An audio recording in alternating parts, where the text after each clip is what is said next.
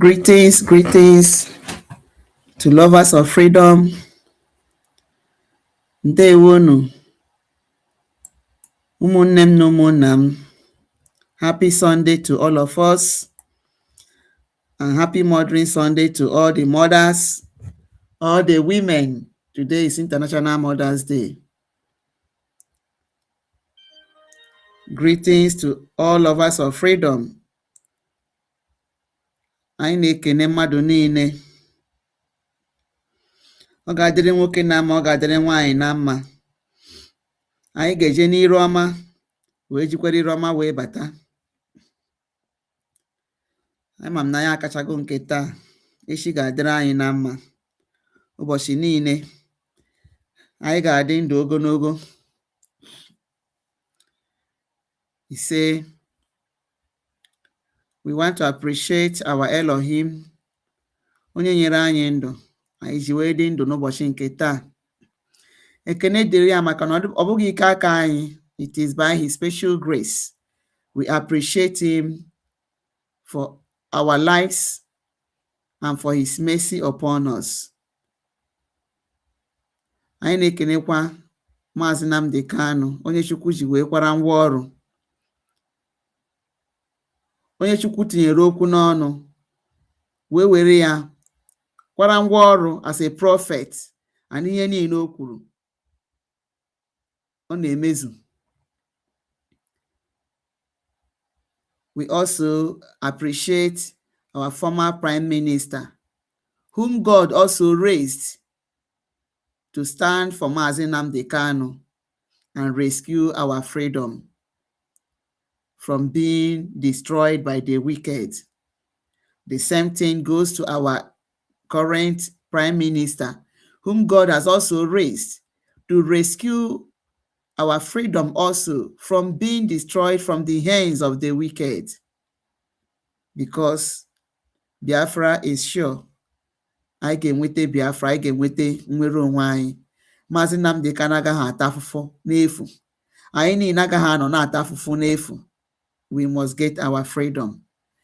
And it is now. It is now. Arịrịọ anyị wụ Chineke nna mezuori anyị na njem a. Ka anyị soro ọkwa na-eru ugbu a gafee. Ka anyị were ohere a nwere onwe anyị. We have seen that the only two good leaders anyị nwere, just two countries, are pursuing ndị asị na ya agaghị adị, and we have to support them. We have to keep promoting them because they are doing the right thing. All these things is to set Maazị Nnamdi Kanu free, to vindicate Maazị Nnamdi Kanu. All these things is to prove to them that what we are saying is a fact. Ka a na-achụ ha within them, ka ha mara na anyị nwa n'onwe anyị needikwara the same freedom by separating us from this ndị ọjọọ. Onye mere anyị na-eti mkpu a, and Chukwu ga-emere anyị ya. It will come to pass. This is Nelly's TV. Biko ka ị na-abata, click the like button and share. Very important. Subscribe if you've not subscribed. As we wait for you to come in and share this broadcast, let us play our jingle. Okay? Dịka the jingle na-play, please click the like button and share and share and share. Subscribe. Let us talk and discuss together.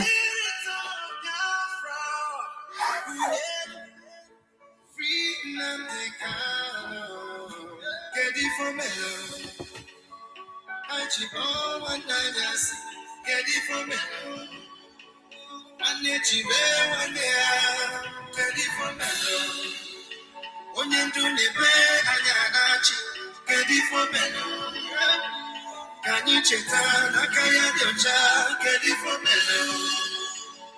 I check on one night and see. Get it for me.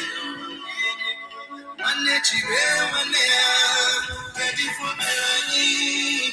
When you do the bed and you're get it for me. Can you check out? I can't get your child. All the things to do because think of what it told us. Now we should have ability to reason. They started to create division among us.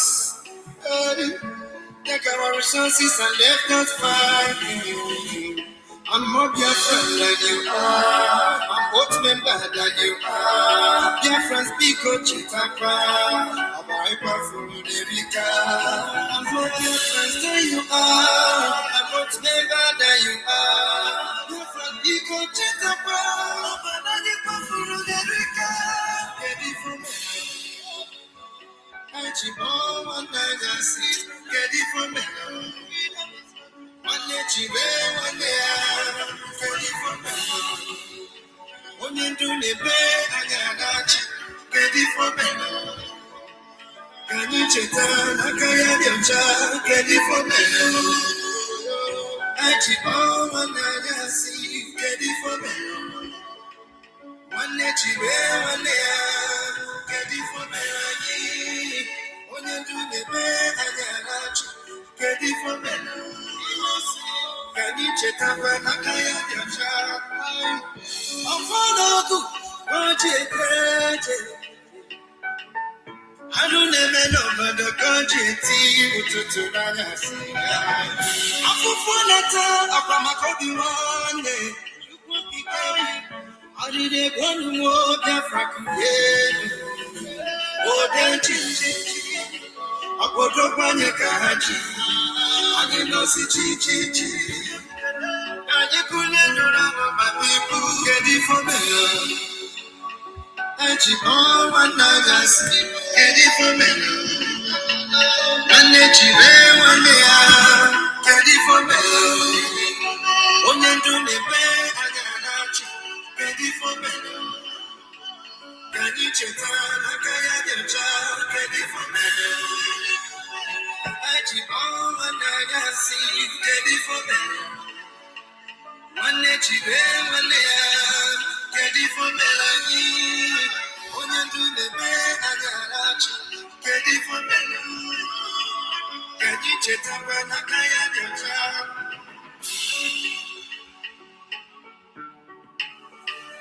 Only ask for freedom of indigenous people. They want to kill. You want to give me good road, they want to kill.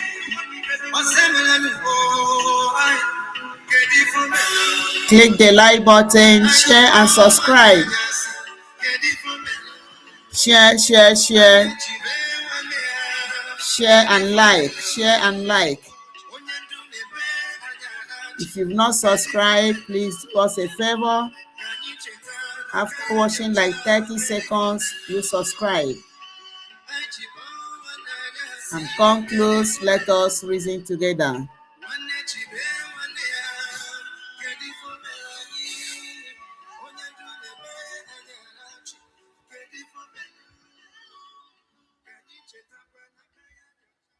Ndewo. Greetings, my people. Yeah, easy coding. Aderenle ndewo. Thank you all for joining. God bless you. Please share. Share, click the like button. Share. All right. Yes.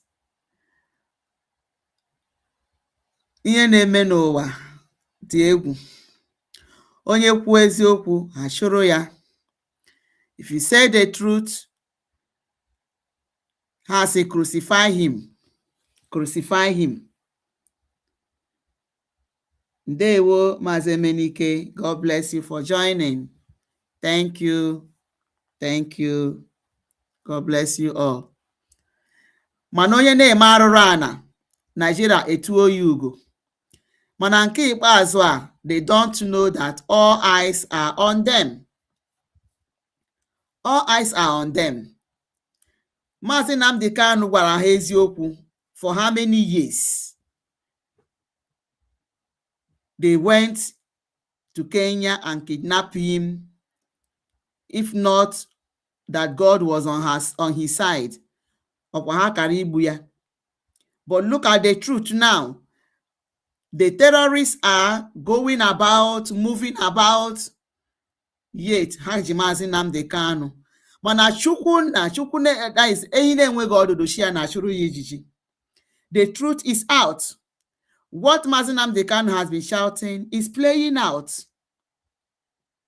It's playing out. Okay? Because these people, all their agenda is Islamization. So anything they want to do, they will try by all means ka ha mee ya, provided ha nwetara ihe ahụ ha chọrọ. Mana our resistance bụ ihe na-awa ha isi. Our resistance bụ ihe na-awa ha isi.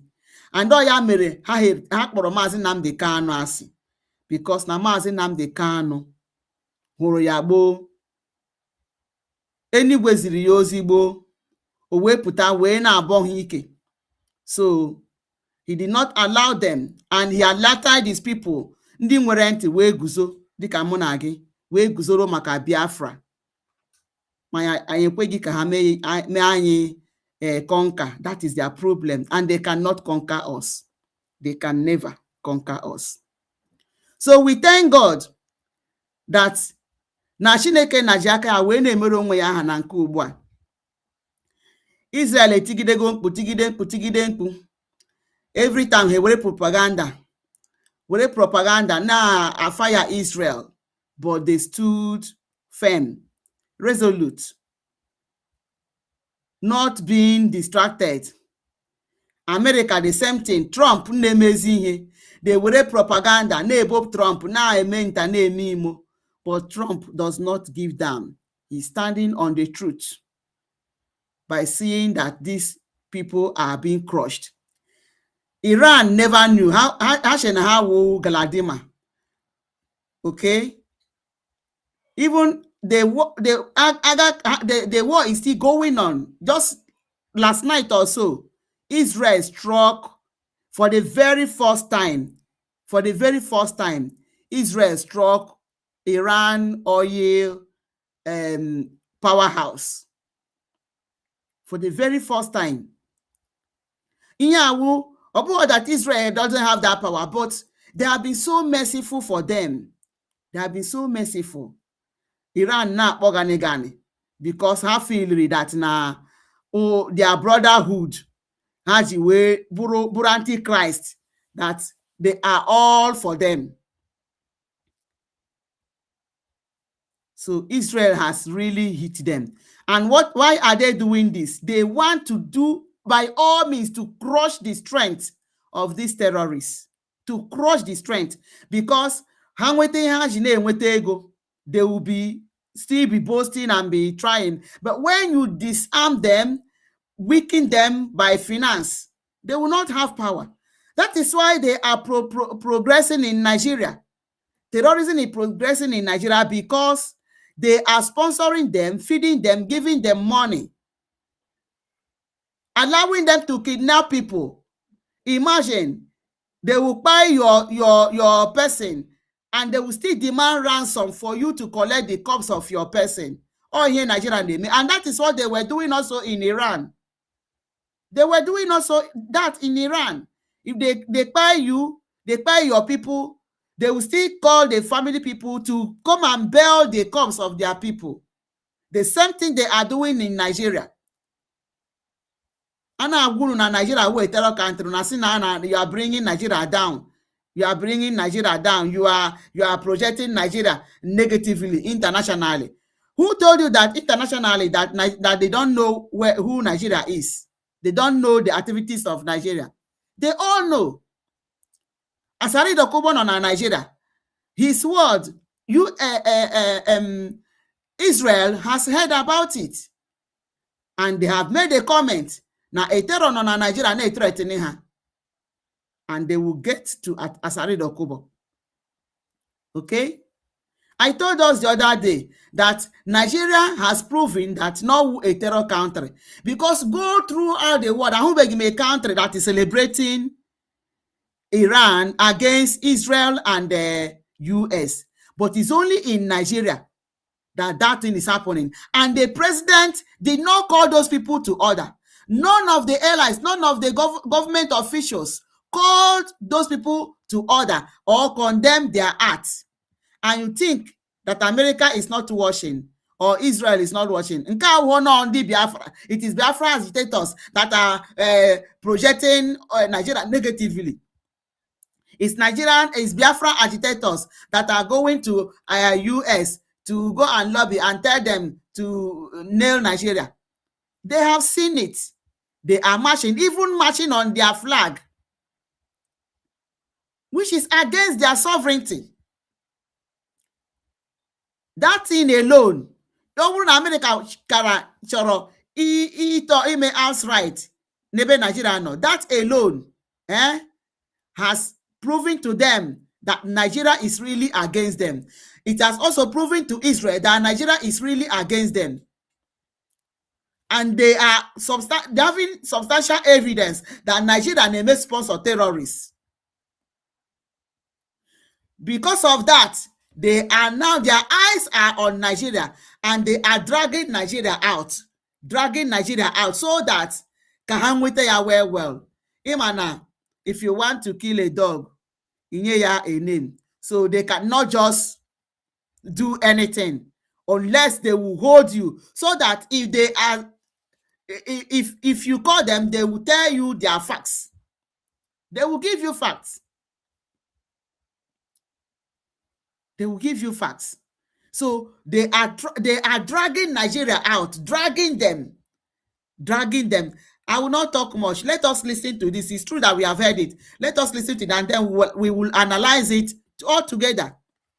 All of us will analyze it to see my Nigeria ogagafe na this thing. Will Nigeria make it? Will Tinubu make it and his media aide than Bwala?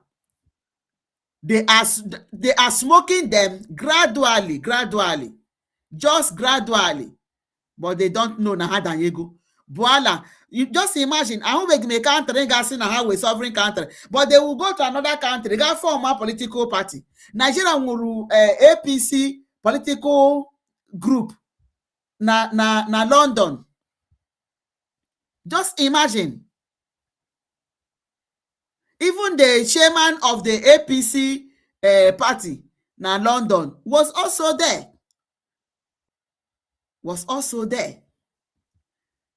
Now look at it. This is Al Jazeera interviewing. If Al Jazeera can, you know who Al Jazeera is. Al Jazeera Islamic media, and this media has been one of the medias Hajiwe make propaganda against Israel. This media, they have carried series of propaganda against Israel. Iran to a bomb, Israel. Ha quote that Israel na-egbu ụmụazị na-egbu ma CNN mandia. Guess what? Ọkwa the same Al Jazeera where na-emezi expose Nigeria and their atrocity. The same them. Even Turkey is also now against Iran. Because na ha we go attack. Ha mere attack Qatar and United Arab Emirates. Have we see that Iran happy Iran. Okay, mekwa ma ha nwa ihe. So they are now trying to say the truth. How they are the one now. And this interview, these people, they are now spreading it, pushing it everywhere, so that people will come to the knowledge, so that they will have every evidence to nail Nigeria. Let's listen. Please share. Go know that this Nigerian government and the officials are just typical liars. No single truth in their mouth. His motivation is something you disagree with. Again, and those criminals believe so. That there is a genocide going on against Christians carried out by Muslims with your government turning a blind eye. You've called that narrative a hoax. You said it creates discord in Nigeria. Right. So when Donald Trump says he's bombing Nigeria to protect Christians from a genocide, is he lying? We both disagree as to whether the so-called genocide in Nigeria was against Christians. We believe that it is a targeted killing by insurgents, Boko Haram bandits, and all of these criminal elements against the people of Nigeria, Christians, Muslims, and those who have not identified with any religion. Donald Trump believed it is Christians.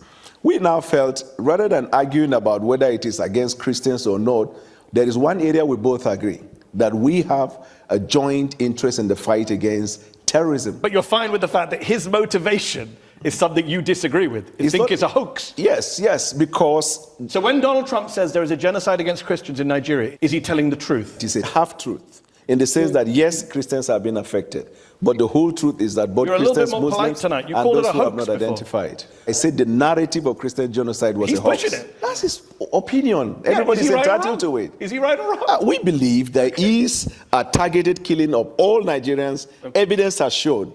And that is where we are focused on fighting terrorism. So let's talk about the terrorism. Right. Trump claimed he targeted, quote, ISIS terrorist scum. Right. And every camp got decimated. But a lot of investigative reporting on the ground shows that few, if any, combatants were killed. Some bombs landed in empty fields. A local leader in one of the districts said, the same militants we knew are still there, loitering around our communities. No, there were killings of terrorists. That's not what local leaders are saying. I can call local television that testified. Arise News did, Channels Television did. Okay. So there was the killing. See now, the same television which they have been using to carry propaganda is now saying that they are not saying the truth.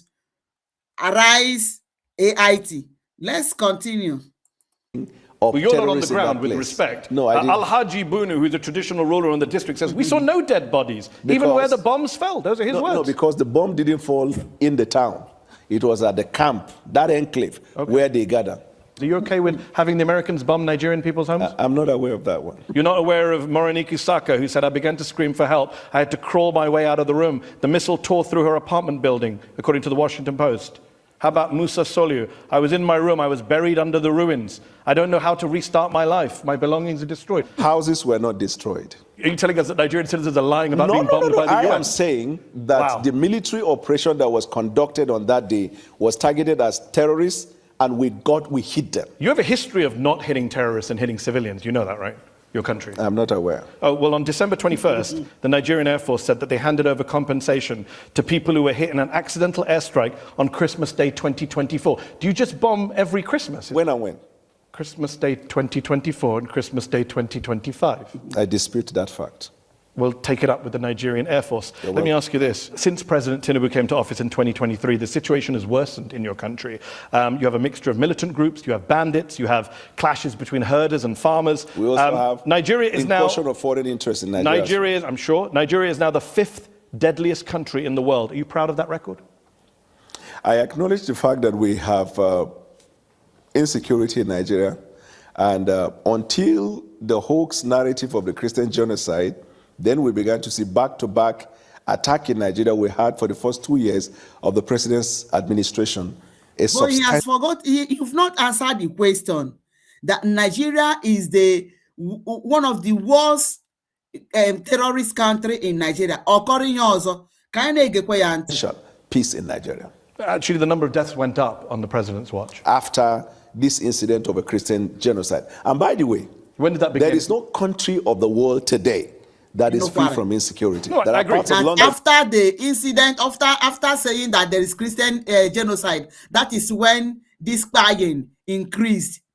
These liars. That's why you can't go in the evening. That's okay, but We're not bombing London to root out militant training camps. But you have had so many of the bombing on behalf of the United Kingdom by the United States. Since you're making rather spurious comparisons. No, the context is 11,000 people were killed in conflict in Nigeria in 2025. That is up from 8,700 in 2023. That is a 26% increase in the number of Nigerians killed since your party and your president came to office. That's a pretty awful record. It's awful. And we're fighting hard day and night. That's one of the reasons why the president traveled to Turkey, where we had bilateral agreement to deal with insecurity. That's why we're cooperating with the United States of America. That's why we're cooperating with any country of the world. The reason is because since 9/11, terrorism is a global phenomenon. Agreed. And so every country is involved in it. But it's getting worse in Nigeria. That's the problem. I can't say it is getting worse. You just agreed with me when I gave you the numbers. Imagine. No, I 8,700 killed in 2023, Right. 11,000 killed in 2025. That's getting worse. How many people were killed in the United States last year? In conflict-related violence, probably. Imagine, they are asking you, you said, and Jehovah, and this a place that there is no problem, and look at the number and a quoteria that are being paid. Continue. It's not a conflict. This is an act of terrorism. Okay. So how many people were killed in the United States in terrorism? Excuse me, sir. It wasn't 11,000. This is part of what Donald Trump many years ago in his first time classified the Western media as what? Fake news. The reason is because context matter. This is not Western media. You right? are well This aware. is not Western media. Yes, I understand. But this you is are the Armed Conflict Location and Event Data, ACLED, the most respected group that counts conflict-related violence around the world. Let me ask you, where there is a terrorist I could also attack, give do you call another that an armed source. conflict? I mean, National Human Rights Commission. This is a Nigerian group. 2,266 people were killed by bandits or insurgents in the first half of 2025. That's more than were killed in all of 2024. You are failing. Amnesty International says you are failing at security. The numbers don't lie. It's unfortunate, and as a government, and it's getting worse. We're working day and night and it's to getting deal with worse. that situation. I don't agree to the fact that it's getting worse. How can it not get worse if more people die in 1 year than the previous year? Imagine. Context matters. What's the context? The context is not getting worse. Imagine. What? Yes. The context is not getting worse. The Everybody is context laughing is at that it is him. not getting worse because you see, this is a water, right? Okay. If you have the water half, you could say half glass filled or half empty. Yeah. Isn't it right? Yeah. So the Western media always see Nigeria, Africa, and some of the activities in Africa as half empty. Excuse me. But we see it as half full because when we look at it, and when I say context matter, before the president took the oath of office, we knew the situation in Nigeria. And you made it worse. When he made the decision to take bold step to put Nigeria in better trajectory, we were well aware of the fact that it was going to incense lots of people. Okay. We are also You've aware. made your point. I get the glass half full. Is it I get the getting context. worse? I also understand basic mathematics. Let me ask you this. President Tinubu only declared a national emergency in November of 2025, brought in a raft of policy changes. After Trump declared your country to be a country of particular concern for failing to deal with the threat of Christians, does your government only spring into action when it is internationally shamed into doing so? Unfortunately for you, 6 months before that, we arrested the leaders of Black Kurawa and Boko Haram. Some months before that, we killed a certain number of terrorists that the U.S. government, State Department, commended Nigeria. The U.S. You only brought in a national the emergency. U.S. Embassy celebrated the fact of the exploits of Nigeria before Donald Trump said that. But again, he shamed you, and you declared a national emergency. You didn't do it before he shamed you. We declared the national emergency 6 months before Donald Trump's statement. No, that's not true. The president it was in of November Nigeria, of 2020. This Daniel Bwala, don't you know that they are out for them? So they brought him as the media of Tinubu. Let him come and mess up. This mess up on never mess up. Look at how people that are in that room are just shaking their head. This man that is saying Uga na-enweghị fat. Uga na-enweghị, that is you. There is no how you can just pass it. Continue. No. Much earlier, around I think April or May, the president declared national emergency on insecurity. But the actual national emergency was in November. How can it be actual? People can look this up. Let's talk about kidnappings. The world remembers Chibok in 2014, when 276 schoolgirls were taken by the militant group Boko Haram. Very little has changed, unfortunately, in Nigeria. Just last November, 250 students and staff were kidnapped from St. Mary's Catholic School in Niger State. 2 years into Tinubu's presidency, Nigerian research firm SBM Intelligence said, and I quote, Nigeria's kidnap for ransom crisis has consolidated into a structured, profit-seeking industry. That's embarrassing for your country that you have a kidnapping industry. I agree. That's an embarrassing for your country. You have a kidnapping industry. Nigeria has established a kidnapping industry, and that is a fact. A country that you kidnap people for ransom, government will also go and pay, use their jet with their color, Nigerian flag, green, white, green, with their helicopter to go to another country to pay for ransom, to pay kidnappers, terrorists, for the people they came to her country and kidnap. So is Nigeria not a kidnapping company, operating kidnapping company? They are. That the insecurity associated with kidnapping has now become a crisis economy.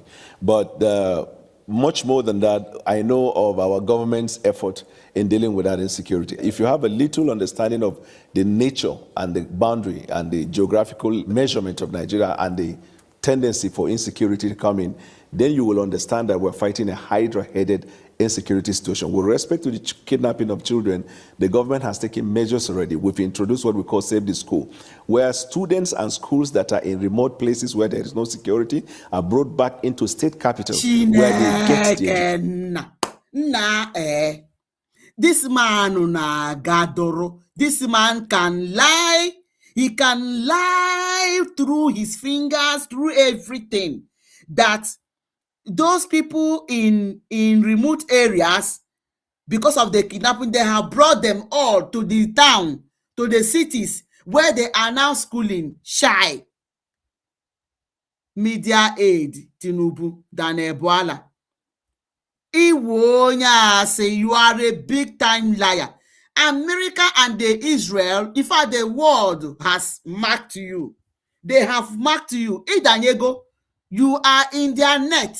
You don't know. You are in their net. Look at the kind of lie you came to the media to lie for the whole world. Whereas a lot of people are still in IDP camp. Thousands of people are in IDP camp who have not seen the four corners of school ever since they left their homes, they left their communities. But you are here telling people that you have brought the children to the city for schooling. Big liars. Big liars. Ndia Mondosai, you are welcome. Thank you. Las Benzico, you are welcome. Dewonu. Thank you all. Please, let's share. These people, Shinekenna. Hi! Arumere. That they need. But Nigerian people don't believe you. 2 out of 3 Nigerians say that Where did security. you get that information? Africa Barometer. Where did you get May that of 2024, information? 2 out of 3 Nigerians say security agencies are handling the abduction of Nigerians fairly badly or very badly. 1 in 3 Nigerians say they personally know someone who's been kidnapped. Yeah, you have These a are stunning still- statistics. Amnesty, Human Rights Watch have lined up to say that you have allowed impunity to flourish, you have failed to apply lessons from previous attacks. Damning indictments of your I put security it to you, service. that's not what they said. That's That not what is Amnesty not said? what yes. I've Amnesty, literally got the quote right here. cut it. The authorities' failure has allowed impunity to flourish and the killings to spread to many parts of the country. Source. Amnesty International, February 8th, 2026. Well, I'm not aware of that one. You're not aware of that one? I am At the aware. weekend, I'm aware. at the He week- asked sauce. They gave him sauce. He asked yay. They gave him yay. He said that he's not aware of that. Which one are you aware? But you are aware that you are lying, that they brought children back to city for schooling. Whereas IDP camp, Nezo Kamiri, Nigeria. If remove lie from Nigerian officials, they are nothing. Remove lie from them.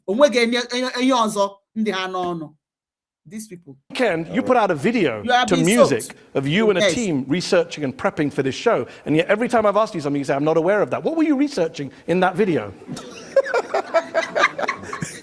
You're really funny. Let me tell you Ask you a this. serious question. Amnesty no. International, you asked me for a If source, you ask I read out the source. You asked me for a date, I read out the date. What's your response other than picking up glasses of water? No, Amnesty has a history of calling everything bad. Okay. I think that's what every authoritarian government in the world has said. What is Amnesty's report about US? Bad. Not just bad. You didn't use the word bad. You read. Yeah, what very did they bad. say? Governments who do bad things, they all criticize human rights groups. No. Yeah, they do. I do this that. for a living. Let's ask about corruption before we go to our panel who are waiting patiently here. Liar. Transparency International, they say Running systemic industry, corruption remove continues to plague the truth. defense sector. According to Aide, remove truth from the zoo officials. They are nothing. Truth. How can a government function, how can a country progress with faulty foundation and still operating, increasing? This man is telling you, even though there was insecurity before Tinubu came in, but Tinubu has worsened it. Also, he's not aware of it. This man, let's go on.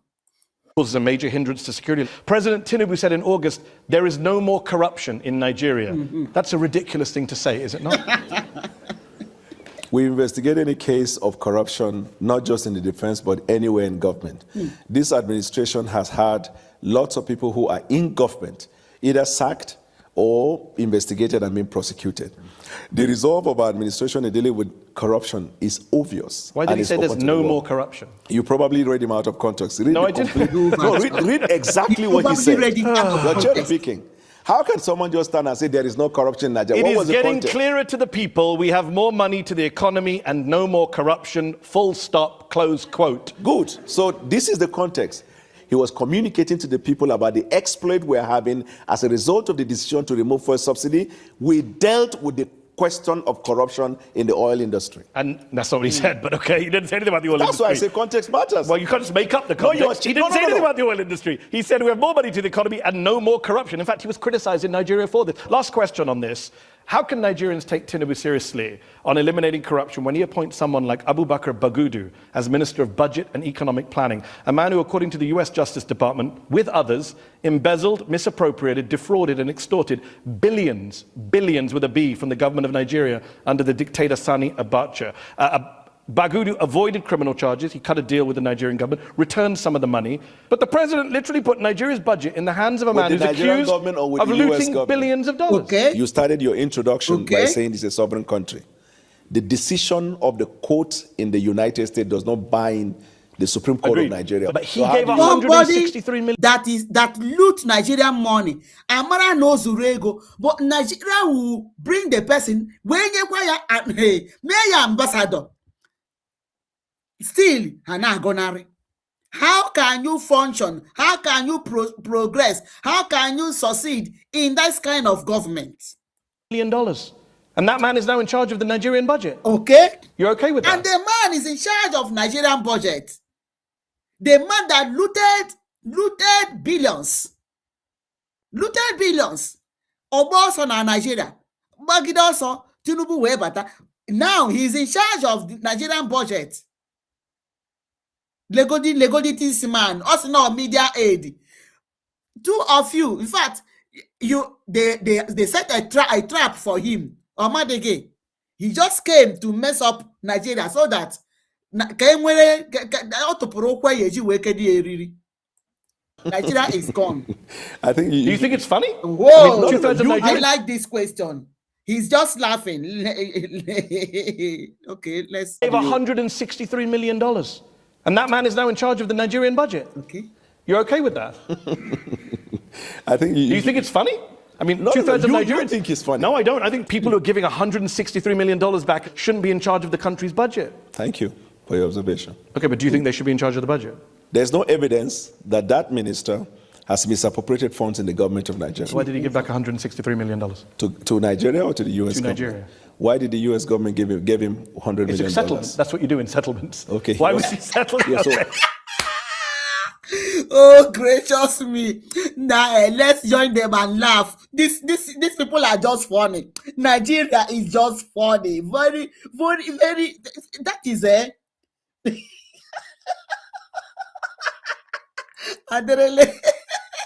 I hope all of us are alive here. Chineke, now these people, this guy, nah. Hey, yeah.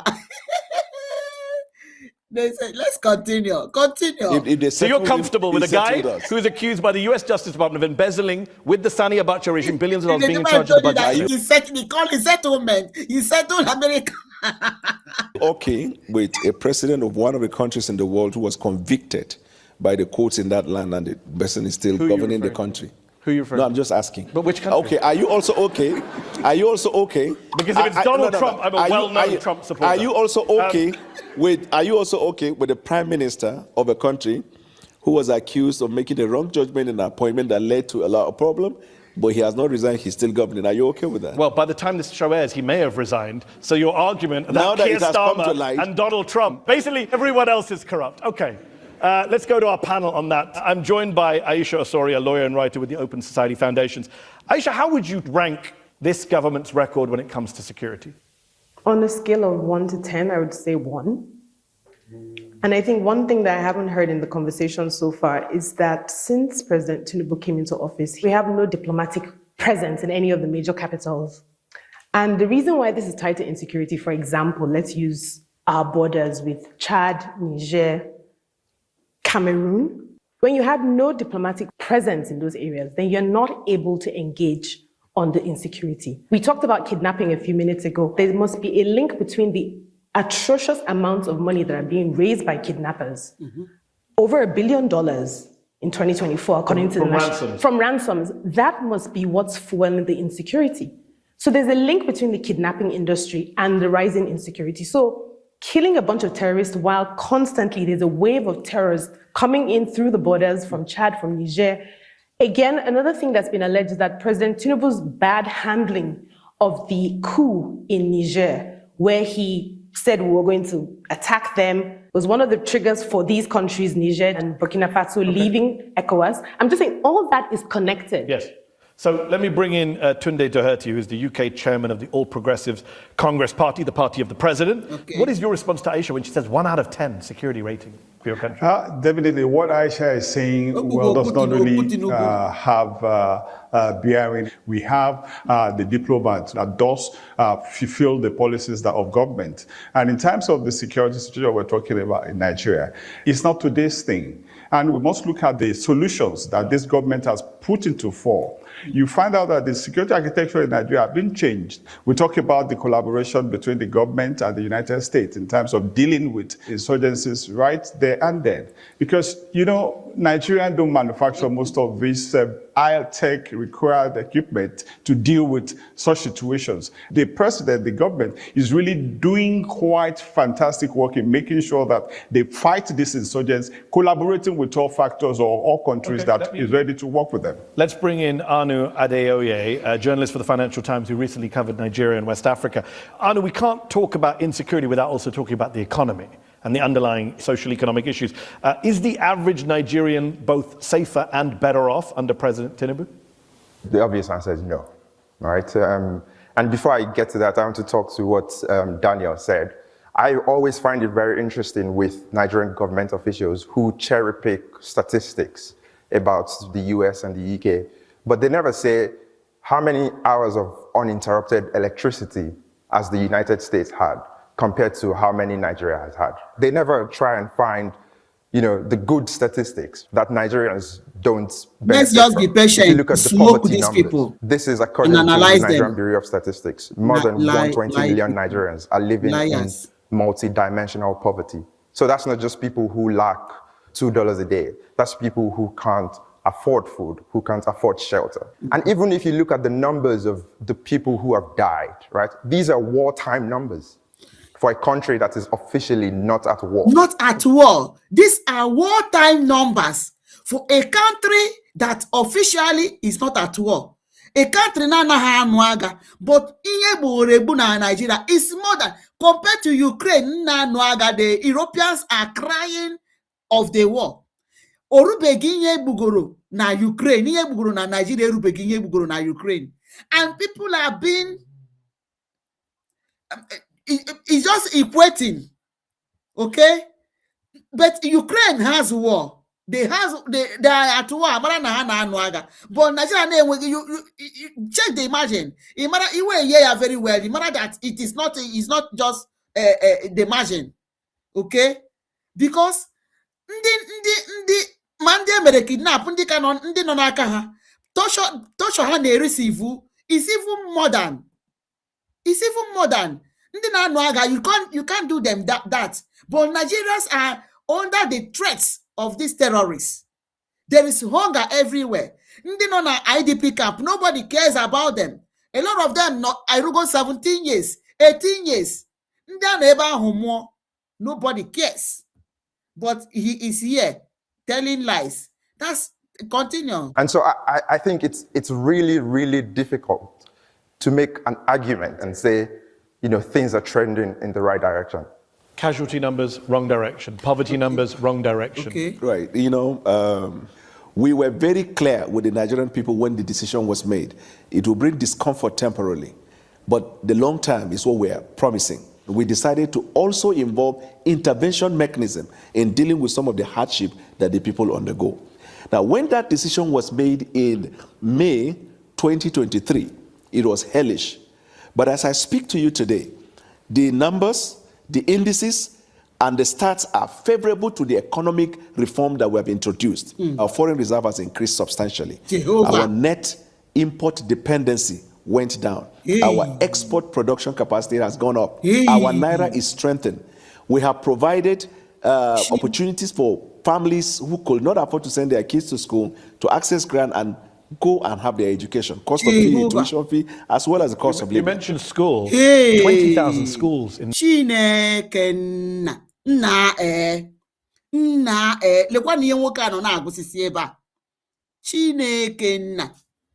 what kind of people are this? This man, and he's just comfortable. They don't even think that is lying is running in their bloodstream, because he doesn't even think about what to say. He doesn't think.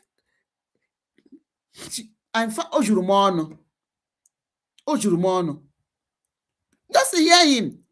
The economy has increased. They have given money to everybody. They have supported everybody. There's employment. Investors are coming in. Than Bwala or Bwala Kongeniki Nasa. Chai.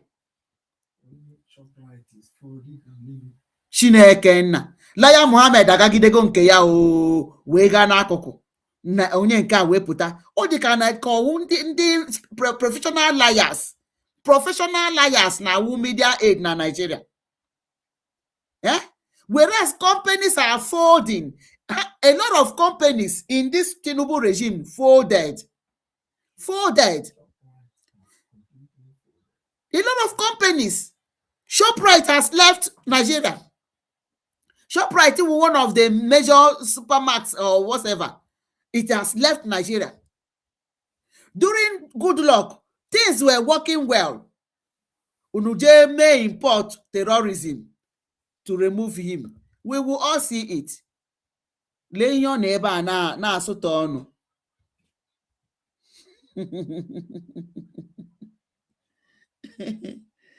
Chineke nna. That is it. Just imagine Nigeria have been shut in the last few months because of these kidnapping attacks. Correct. 18 million Nigerian school children are not going to school, according to the UN. That is the highest number anywhere in the world. Because you're proud of that? No, I'm not proud of that because of insecurity. But the measures we are taking now, we are restoring them back to their schools. And some of them whose schools are located in places where there are no governed spaces, we are bringing them back into towns. So when you give out your Christ. Now the man chalk away like this. On our work that according to UN report, 18 million people are not going to school. 18 million children are not going to school. Both poverty and insecurity are the source of this. In the whole world, you can't get this kind of report. Because children's school is paramount. It's a no-go area that you must send your children to school. 18 million. Manosegi that they are providing every amenities for school, for people to go to school, children. School fees. A lot of people know na private school that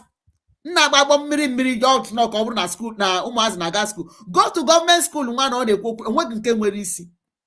This man Noreba na-atụ asị ọ na-atụ. So your opinion about an issue, also incorporate this fact so that the viewer will look at, yes, there is an obvious fact that because of the policy decision that it brought kind of untold hardship, but also we are making progress in this regard. So I agree with you. That's a fair point. We should look at things in the round, and you pointed out things you've done well. But then you need to do the same thing. Do you accept then that the poverty numbers are going in the wrong direction? Yeah, sure. It's like that's the crucial one for a lot of Nigerians. No, but numbers don't lie. 141 million people in 2026 are going to be living in poverty in Nigeria. 62% of the population. Then I explain to you why. Context matters. I agree context matters. It's a failure. What you did produced 62% in poverty. So the IMF, the World Bank, and the Brentwood, they have applauded the reform decision we took. Now, tell me one country of the world that will introduce that kind of reform, and there won't be consequential effect in terms of even in the United Kingdom, as we speak, there is a cost of living crisis. Are you aware? No, I'm not aware of that. Okay. Let me bring Anu back in from the FT. Is that a fair point that Daniel makes? That the IMF, the World Bank are praising what we're doing, and actions have consequences? Yeah, look, I think ultimately those reforms had to happen, right? There was chronic mismanagement at the central bank. The government before the Tinubu government was an APC government, so it's the same party. So there's only so much blame they can pass around. Yes. This fuel subsidy, you had to do something. It was riddled with corruption. But then the other part of that argument is doing those reforms should not be the end goal. It should only be the starting point. What you need ultimately is foreign direct investment in Nigeria. You need people to bring money into Nigeria to invest long term. Robust foreign direct investment in Nigeria. Let me bring in Tunde. Tunde, Anu makes the point, it's all APC governments. So you can't really blame previous government. This is all your party has presided over the situation in Nigeria. Do you Definitely. That's why you have a president that is economically reliable to put the economy in the right trajectory. This is the first time you see people rushing to come and invest in Nigeria because of the key economic reshaping surgery that is taking place in Nigeria. So you can tell that Nigeria of yesterday is not Nigeria of today. We have to go to the break, but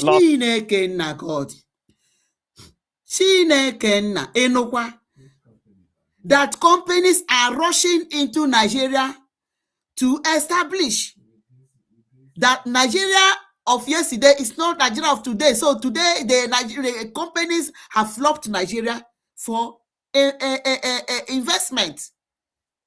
Whereas Nigeria company are folding because of one, insecurity.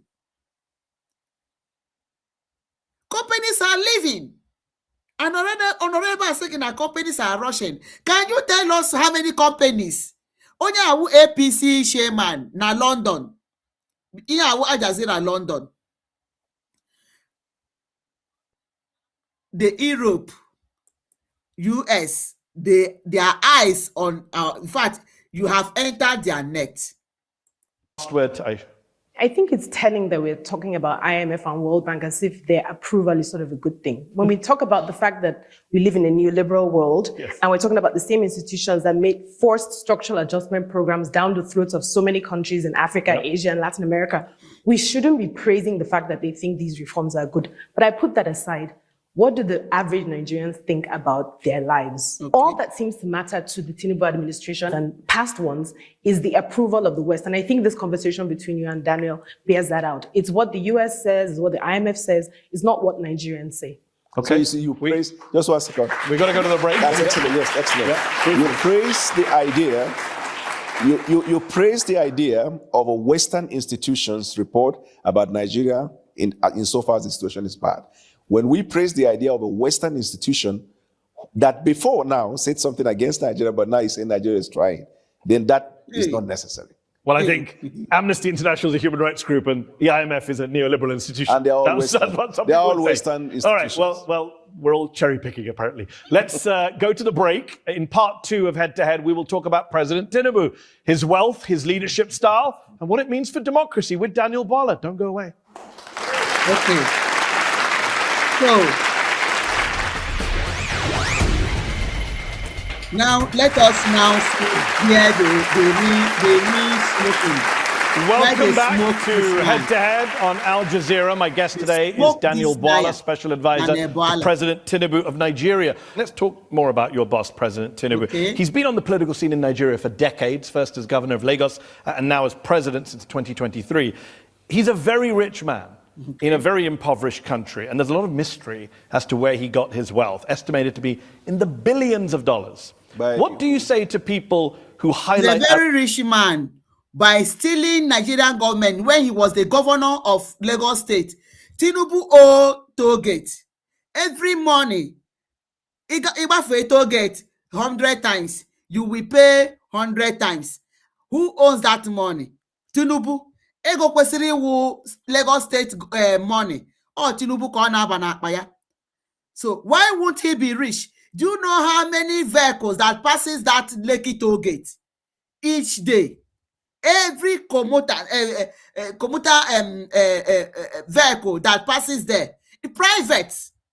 In fact, the prices are even different. If you are with Jeep, here they can Jeep private, they pay higher. At the time they will pay each movement 500 naira. Just ask me how Tinubu won't be rich. Here would Lagos State money Ozuru waiting in Akpa. Allegations against him of, quote, massive corruption and misappropriation of funds. That's their opinion.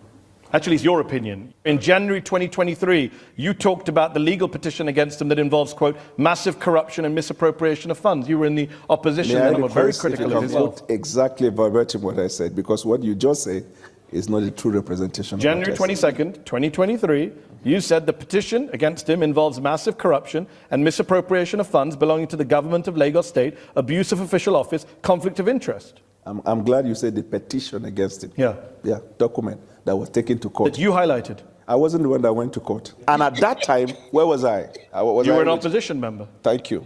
So should we not trust you when you say things as opposition? What is the job of opposition? So we should not trust you. All these things, all the things he said that the man is presenting before him, and he is denying all of them. The man is very shocked. To oppose? Yeah, no, I'm glad you know it. For the sake of opposing? No, that's what you're adding. I mean, you didn't just say that. No, go to Westminster on Wednesday by 9 o'clock. Okay. You'll understand the job of the opposition. You can do whataboutism all day, that's fine. You also said that, well, you know what doesn't happen in Westminster in the US Congress? I know what does happen. Well, I'm telling you what doesn't happen. Politicians don't accuse other politicians of setting up a militia. They also accuse the governing party you said at the time, on mistake in judgment in appointing someone that eventually turned out to be somebody in the FC. Yeah, if you think that this is comparable to Starmer and Mandelson, good luck to you if that's your defense tonight. You said at the time that Tinubu started a militia to sway the election corruptly and that they even threatened you. So how can we take anything seriously you say tonight in his defense? Your opinion, Nigerians... So my opinion is your opinion. Sorry, Daniel, it's your opinion. That was litigated in Nigeria to conclusion, and then as a country we moved on. We are more interested about the deliverables that we have for the Nigerian people, and we look for opportunities. Nigerians are very concerned about corruption, and Tinubu, you said this, Tinubu and his people created a militia. This is the first time in the history of Nigeria we've seen a political party creating a militant arm leading to election. Your words, January 2023. Context is everything. There is no context. I'm coming. You are quoting the things I said when I was in the opposition. And I understand that's uncomfortable for you, but you did say them. If you want to disown them, that's fine. For you to ask anything I've ever said. So does he have a militia that tried to kill you? He doesn't have. I never said he tried to kill me. I myself have received threats from him and his camp. Your words. I never said that. You didn't say that at a press conference on January 22nd, 2023. Okay. You're just denying. I never said that. Who said it then? A lookalike? No, I don't know what you meant by that. I know I complained at the time about the conduct of election. It is not my fault that I am able to recall your words in a way you can't. But it will be your fault when you read it out of context. Yeah. We go on late tonight. Context. Yes. Tinubu and his people created a militia. This is the first time in the history of Nigeria we've seen a political party creating a militant arm and leading to election. He advised his people should grab by all means necessary the process leading to elections, that they created this militia shortly after that. We have seen violence in Nigeria, and I myself have received threats from him and his camp. Tinubu never created a militia. But this is Tinubu your is one of word. the foremost politicians in Nigerian history. Tinubu and his has people helped in strengthening created a democracy. militia. Who said those words, Daniel? Okay. Tinubu has helped in strengthening democracy in Nigeria. Tinubu and his people created a militia, Daniel. Who said those Tinubu words? brought in leadership I'll ask a third skills time. into governance. Tinubu and his people created a militia. Who said those words? Tinubu and his people never created the militias. That's So what I why said. did you say they did on January 22nd, 2023? I never said that. Hey. Let's keep going since you're denying words that came out of your mouth. Let's quote some other folks. The Organized Crime and Corruption Reporting Project named President Tinubu a Shit. finalist for the 2024 Corrupt Person of the Year award. According to a 2025 poll, 2 out of 3 Nigerians think the president and his team are involved in corruption. That's a statement from drunken people. Next question. 2 out of 3 Nigerians are drunk. No, start with the first one. What would you say the first time? The first one was the OCCR reporting project. They are the drunken people. Okay, what about the Nigerians? Are they sober? Are 2 out of 3 Nigerians sober when they say you're president and you were involved in corruption? Nigerians are entitled to hold and express opinion. Yes, it and is it's in bad our for you. constitution.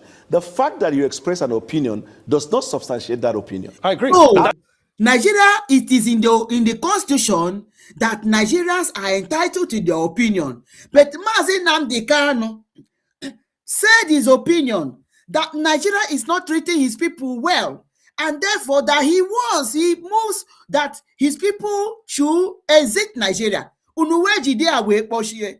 Yoga Norona president. Ocho he release ya.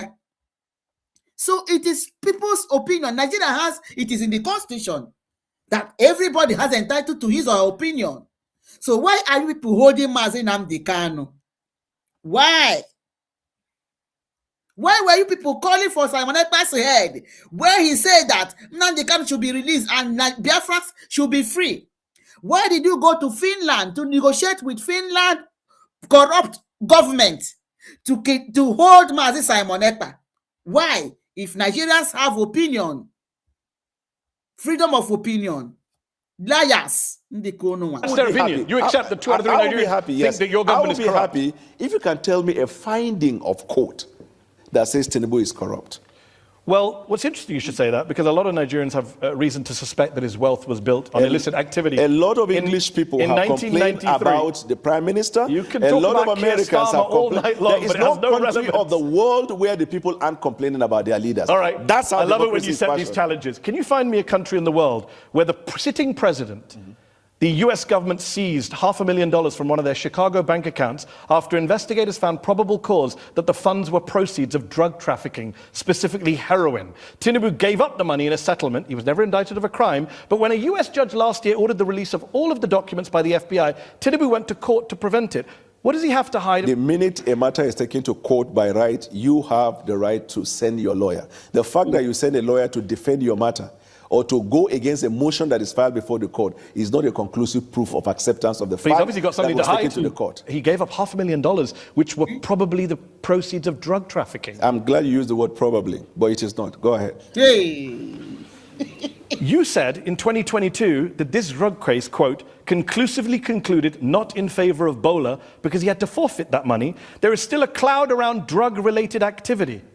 Cloud. Yeah. Not a conclusion. Okay, so the cloud's still there for a lot of No, Nigerians. the cloud is no longer there. How did it disappear? Because the Nigerian people have moved on with the president. Who said they moved on? The facts are there. Less than 10% of Nigerian voters voted for him. So that in Nigeria- he doesn't have some big mandate from the people that means that I can't ask you, why did he give back $500,000 why to the do US you- government, which were believed to be the proceeds of drug trafficking, and you believed they were the proceeds of drug Why trafficking? do you conduct a polling with 500 people and give a representation of the population? You're now questioning all polls. Is that your defense? No, I just said the point. You heard me well. Well, you don't trust the Nigerian people. This I idea trust the Nigerian people. This idea of drugs and narcotics is a terrible case all over the world. And if someone has that questionable character and is elected as president, what it means is that it will embolden people who are into those activities. That is why this person has to come out clean. You said those words. Okay. If somebody has that, thank God he doesn't have. How do we know he didn't come out clean? You said he has to come out clean in 2022. Okay, let me put it this way. This fact Yeah. was litigated. No, it wasn't. This fact was litigated in the Nigerian court, and the apex court of the land, the Supreme Court of Nigeria, whose decision is not appealable to any court outside Nigeria, held that this case has not been established against him. Your words were that there's still a cloud around them because it was not conclusively My concluded word in and favor the judgment of the Supreme Court, which one is relevant? In the Constitution of Nigeria, all the decision of the Supreme Court bind all authorities and people throughout the Federation. That's what matters. The fact that he had laundered drug money, most likely in his US bank account, is not an issue for you now. Which It means was an issue for you that 2 years Nigerian ago. law system is a criminal system. It's a criminal system if you are accepted that you said this and Nigerian system say that it is not, which means that Nigerian system is a criminal system. So proving the fact that everything about Nigeria is fraudulent and criminal, and everything from the leaders, Mandina Shashi, Ruonisi. Continue. It's suddenly not an issue when you go to work for We the will man. bring How the convenient. points. The Your court word. has held the allegation that was put up in the petition against him could not be Well, substantiated. the US hasn't held Imagine. that. And in fact, the US court tried to release all the files, and the president rushed to stop them from doing that. Innocent people, is And that what what they stopped do? them from releasing it? It's innocent What people? stopped them from releasing It's it? ongoing in the courts. I'm glad you said ongoing. But do So let's innocent- wait until when it's... Do innocent people try and stop files from being released about themselves? Yeah, sure. Okay. I'm sure the Nigerian Yeah, people do that. privacy. Do you... I'm coming. If a case is taken to court against you, even when you know you are not liable, will you be comfortable that the order of court will permit the release of privacy issue relating to you? Yeah, if people think I have drug money in my bank and I don't, then yes, I would do everything I can to. Unfortunately, people do not. Tinubu is not just super rich. It's what he does with his wealth. In 2019, 2 armored money trucks, bullion vans, were seen going into his house, coming out of his house. Where did that money go? No. Point, did you see the money? Or those who reported, did they see money inside the bullion van? Was there no money in the bullion vans? How am I to know? You said it was money in the vans at the time. I never said 2023, February. You said. How could I have known It's there was money a in the- tragedy that I know your words better than you do. There is only one person in Nigeria who is alleged to have moved money through bullion Yes, vans, no, and that that's fake person news. is the presidential candidate. You said that on February 17th on Channels Television 2023. Thank you for notifying me. So where did the money go from the bullion vans? There was no money inside. So why did you say there was? I said there was no money inside. But you said, at the time you said he's the only person to have moved money in bullion vans. When did I say that? What was the event in Nigeria? Oh, so you were lying because it was election campaign? No, I never said that. I said, how can you prove that just because a bullion van goes into a person's house and comes out that there is money inside? Maybe because people said it was vote So- buying by Tinubu. Tinubu himself said, I gave money to the people. So You know he now, said that? Yes. a bullion van is now visiting somebody's house and Jehovah. I also give money When to you people give money to myself. people would say that's vote buying. Politicians, rich politicians give poor No, he people doesn't money. give money to people on election day, but he helps people. But people at the time said it was vote buying. Do you agree with Who are that? the people? You said, No, I never said that. ostensibly, I can't believe you still don't keep walking into this. You said it was done ostensibly for vote buying. Do you agree with Daniel Bwala or not? Please don't lift up a glass of water.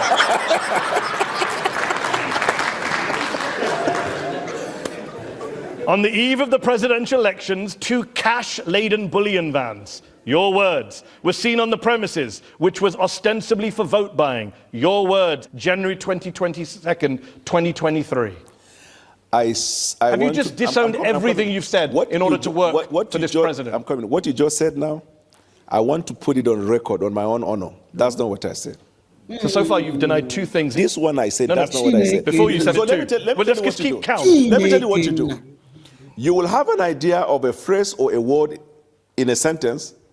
They coin the other part of it to project what you want to No, push I out. read the entire I'm sentence coming. to you. No, but that's no. wrong. Let's But read it that's again. wrong. said he On the never eve of the says presidential elections at Lagos, 2 cash-laden bullion vans, your words, were seen on his premises located on 26 Borderland Street, which was ostensibly for vote buying. Your words. You can just say I don't agree with what I said, then I was lying for political I don't agree purposes. with what you said, yeah? No, with Fine. what you said. In fact, in He's in laughing. 2023, you said that he bought his election. Did he buy his election? At the time, I thought. But when it was litigated in court, the court found out he didn't. So you thought he was vote buying and now you don't. You thought he bought his election, now you don't. In fact, you said it was so corrupt, the 2023 election, Tinubu's win, you said that you couldn't eat food for 3 days. I never said that. Where? Arise News, March 2nd, 2023. I became so sick for the past 3 days, I found it very hard eating food. I'm sure you have a mistaken identity. I never said that. You never said that you Why became will I not sick. eat? Win, lose, or draw? You eat your food and go to bed. I'm going to spend a lot of time enjoying social media after this show is done Go and ahead. aired. You're welcome. Let's turn to our panel, who are waiting patiently once again. I'm joined by Anu Adeoye, a journalist for the Financial Times who's covered Nigeria. Anu, we've talked a lot about President Tinubu and the allegations of corruption, including from Daniel Bwala, which he's now pretending he didn't make. Allegedly, it's okay. You recently described him as a wily political tactician. You're welcome. How does he wield power? Daniel and others have accused him of vote buying in the past. How does he wield power in your view? Yeah, I mean, I think you need to understand the context of Nigerian politics, right? And this isn't specifically about Daniel, because he used to be in the opposition, now he works for the president in the APC. Well, he used to be in the APC, then he was in the opposition, now he's back in the APC, and he doesn't remember anything he said when he was in the opposition. And I think the crucial context here is Nigerian politics is ideology-free. Yes. Right? There's no left or right, as you were. It's mostly, unfortunately, about, people call it stomach infrastructure in Nigeria, and self-interest. And ultimately, if you're someone like the president who, for all his many faults, I think is someone who sees Nigerian politicians for what they are. They are self-interested people. And if you can tap into that, it's very, very easy to get people to come on side. I have a question for Daniel, right? It's like, what made you from saying all of those things that you now disavow? What was the grand vision that made you decide, I want to work for this guy? First of all, I left him after the primaries because he made a choice of a Muslim ticket. And I thought at the time that would be injurious to the interests of the Christian minorities. I made that decision. Why, and I campaigned against is this man calling Christian minority? What do you mean by Christian minority? I don't understand. This man, or is he, first cannot be a Christian, no. This is just the agenda, because they want to squeeze Christians, make with their belief that Muslims are more in number. Because when they come out to pray, they will come in outside and stay outside. Do you know how many churches that people are inside? Upon how many Christians that have been quiet, yet there are still thousands of Christians. Why is he calling Christians a minority? I don't understand this liar. And after the election, for the next 1 year, I was critiquing policies of the president. But I saw from January right up to December how this president patiently introduced policies and continued to engage Nigerians across all platforms in a bid to push Nigeria forward. I became impressive about it, and I made a choice to do that. Just in the same way that Mehdi Hassan has worked with BBC, I worked with Sky News, then with MSNBC, and then back to Seteo. Evolution of people's life. Worst analogy Evolution I've of ever people's life. heard in 14 years of doing head-to-head. What are you talking about? Somebody changing their jobs from one company to another is not the same as you saying he's a corrupt man who created a militia, bought an election, and now I work for him, and I only said that stuff because it was the opposition. All of the things you said, you couldn't substantiate them. I substantiated all of it. No, you have not. Let's go to Aisha Osori from the Open Society Foundations. Aisha, in 2023, on the eve of the presidential elections, you wrote an article calling Nigeria a competitive authoritarian state that barely qualifies as a democracy. What do you mean by that, and what role has President Tinubu played in making that better or worse? Well, he's done nothing to make it better. Definitely, our democracy is a lot worse off in 2026 than it was in 2023. How so?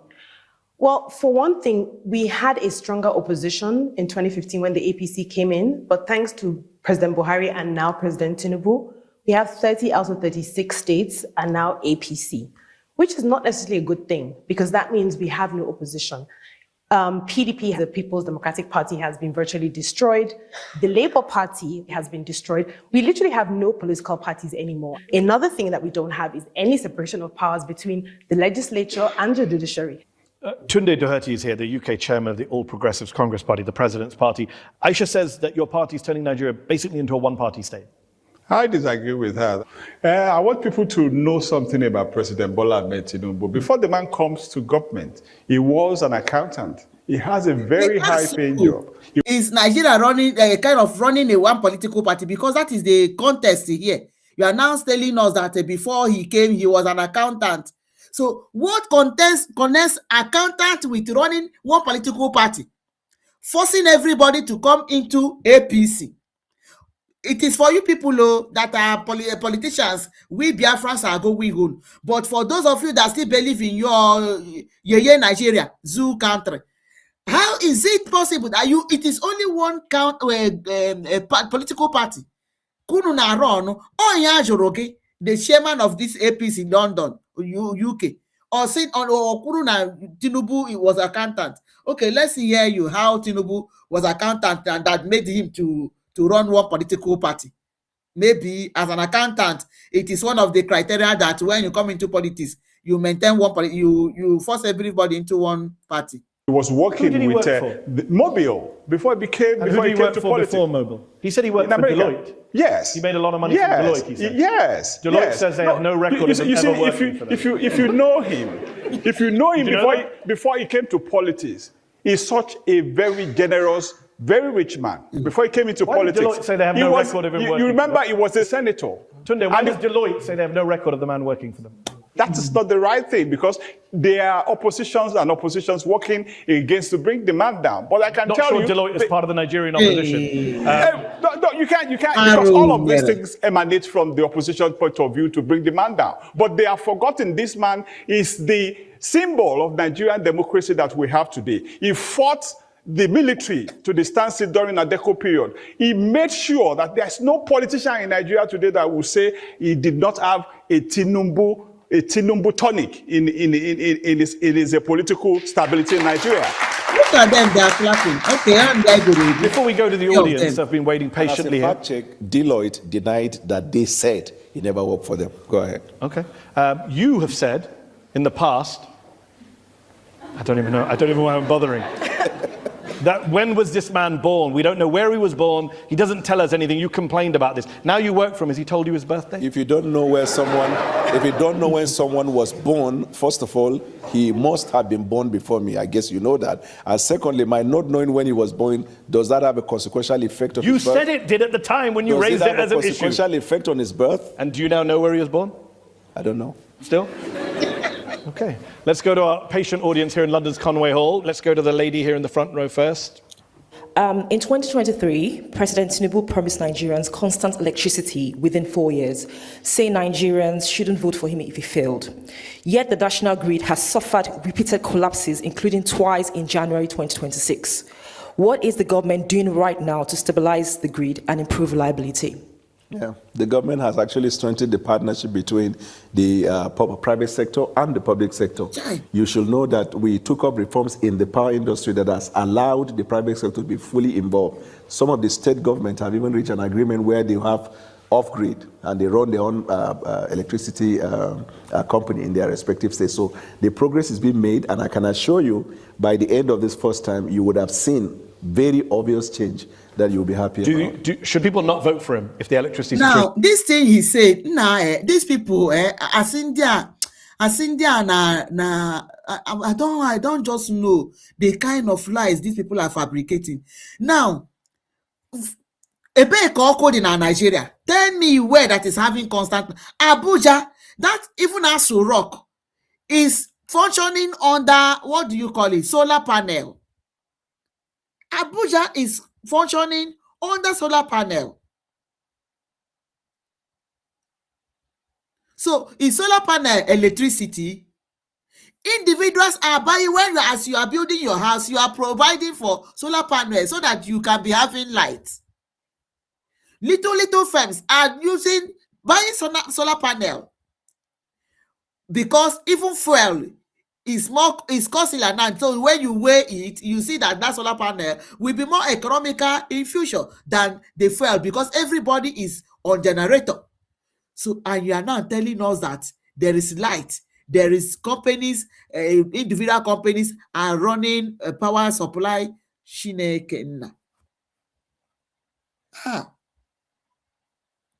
How can you be lying like this? How can you be lying like this man? Continues to be bad. That's what he said. They will make the decision when that time comes. Okay, let's go back to the audience. Let's go to the gentleman there with the hat. Yep. Why should young and emerging Nigerian politicians believe that merit and not connection or lobbying determines their political relevance in the Nigeria of today? I can tell you that lots of young Nigerians are excited by the prospect of the renaissance in terms of growth, development, and opportunity that the Nigerian government and its policies has provided for them. Hey. That's why you see lots of them, they are sending remittances. Some of them are even coming to invest in the tech industry. So Nigerian people understand that in this administration, only merit. President doesn't need to know who you are. If you have the right idea, that administration will provide the enabling environment for you to thrive. Daniel, an overwhelming majority of young people see their country moving in the wrong direction in Nigeria, 91%. What is the source? Hi. The Afrobarometer survey from last summer. I question the authenticity of that report. Do you still think this government is a nepotistic government? No, it is not. You said it was in the past. And I'm now saying it is not. Okay, let's go back to the audience. Yes, woman in the third row there, yes?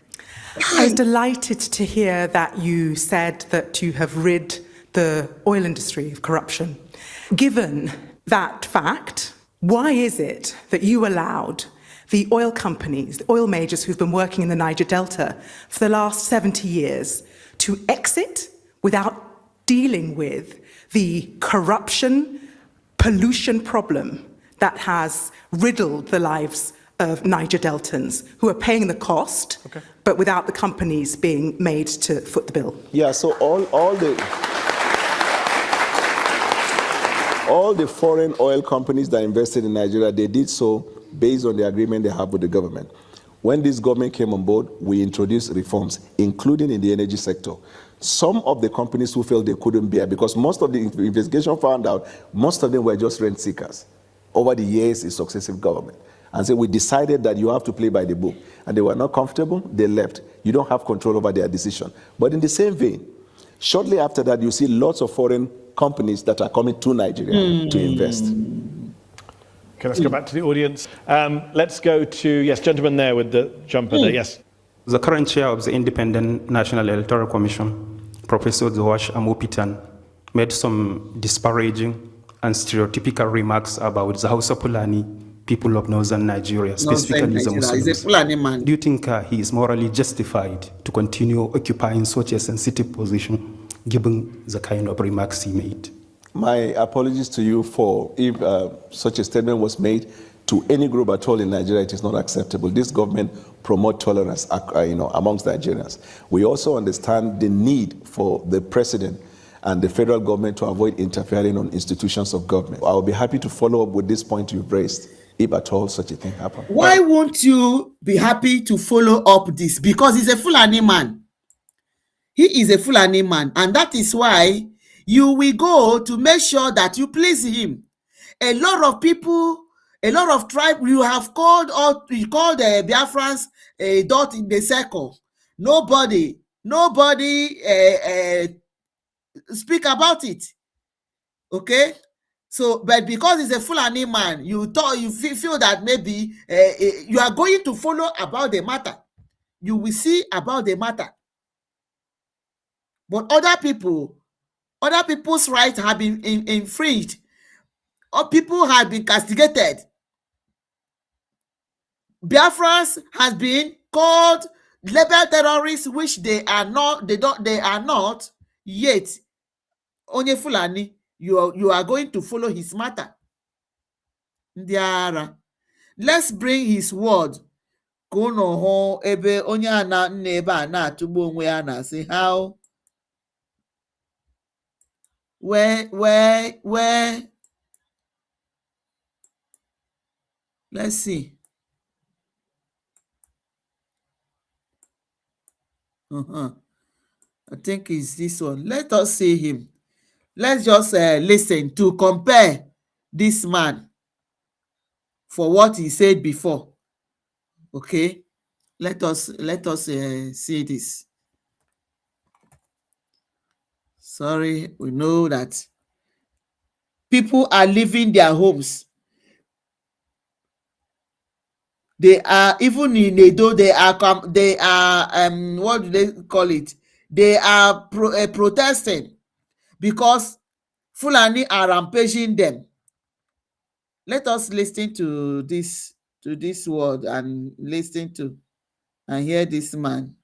Okay.